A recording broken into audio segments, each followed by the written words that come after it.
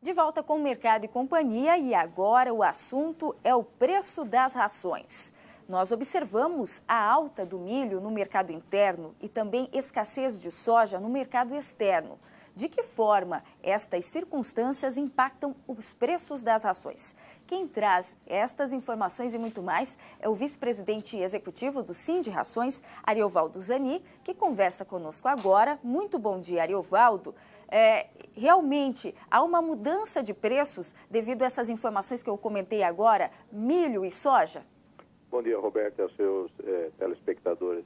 De fato, realmente, nos últimos dias, nesse ano, a gente já passa a enfrentar uma tendência de alta nos principais ingredientes das rações de aves e suínos e também utilizados nos concentrados para pecuária de corte, leiteira, Estou falando do milho e do farelo de soja. O milho teve basicamente bastante contido seu preço durante o ano passado, mas lamentavelmente já em janeiro e fevereiro, um pico, região de Campinas, a saca já se aproximando de R$ 36, a saca de 60 quilos. E a soja, algo assim, não nos surpreende tanto, apesar de uma baixa que desafogou razoavelmente o produtor na meados do ano passado, mas dali para frente, no segundo semestre, houve uma tendência de alta e a gente continua aí num patamar da ordem de R$ 1.200 a tonelada. E isso traz uma consequência, já tem uma porcentagem de aumento das rações que pode ser perceptível? A gente acompanha atentamente esses comportamentos, as dinâmicas, principalmente correlacionando o custo da ração hipotética que a gente calcula, e o preço do frango vivo, o preço pago ao produtor, do frango, por exemplo. E a gente observa que, de fato, vinha nessas duas curvas que a gente faz a comparação, em boa parte do ano passado, houve uma vantagem para o produtor, então aí ele passa a se recapitalizar, inclusive isso se diluiu, se estendeu dentro da cadeia produtiva de suprimentos, então fornecedores e tal também estavam numa situação razoável, porque as contas são pagas e tal. Agora, já no início desse ano, a gente observa uma tendência de inversão. Então, o custo, quando a gente faz essa relação matemática, o custo já está apertando razoavelmente a rentabilidade do produtor, seja de frango ou de suíno, e a persistir uma situação assim, definitivamente causa um grande transtorno, a menos que o preço do frango vivo e do suíno vivo se fortaleça e volte a recuperar aquilo que ele perdeu. Agora, vocês no Sindicações têm uma projeção para o ano, diante desse cenário inicial agora do início de 2014, o que vocês imaginam que deve acontecer? Olha, Roberta, a gente tem que sempre ser otimista, Ultimamente, eu tenho dito, muitos me chamam de pessimista, Eu parafraseio alguns outros, alguns economistas, e dizem assim, não é questão de pessimismo, é questão de otimismo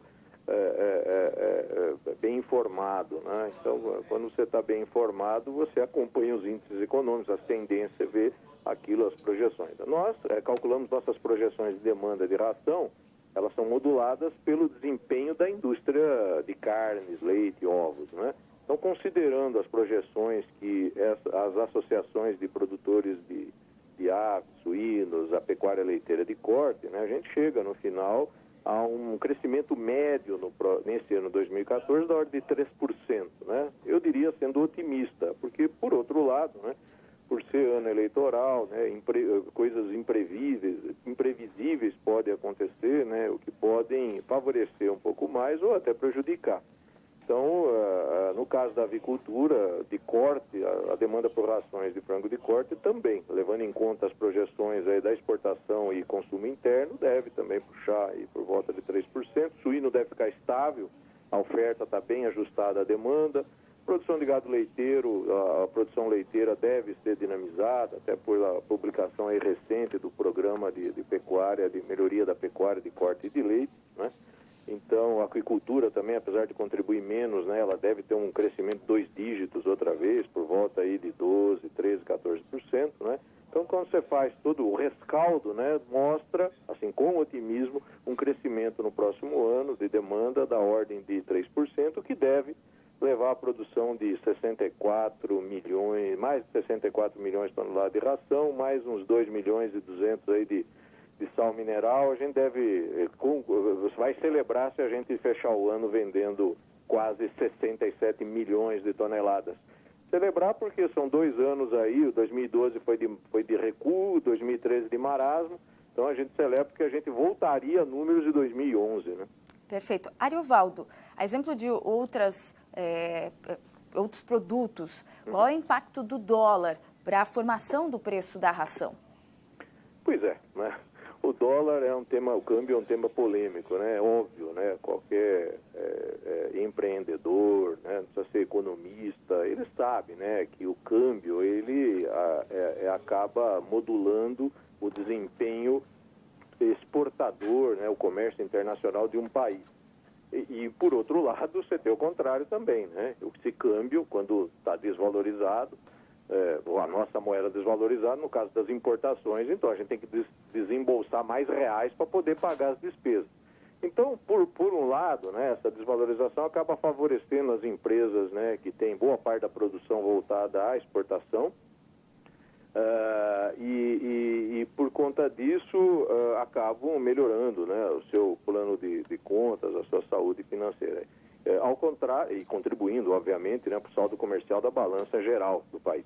Por outro lado, né, no caso das rações, né, praticamente todos os aditivos, né, estou falando de vitaminas, aminoácidos, à exceção da lisina, agentes melhoradores de desempenhos e outros, né, são importados. Nós dependemos incondicionalmente do suprimento externo. E eles são cotados em dólar, né? Então, apesar desses insumos não terem sido aumentados, o preço deles não aumentou em dólar, internamente nós somos obrigados a desembolsar mais reais para poder pagar essas contas. Ok. E, enfim, então, por conta disso aí, o câmbio afeta razoavelmente o desempenho também, o custo, né, desse pacote tecnológico, nutricional que a gente inclui nas rações, né? Ok.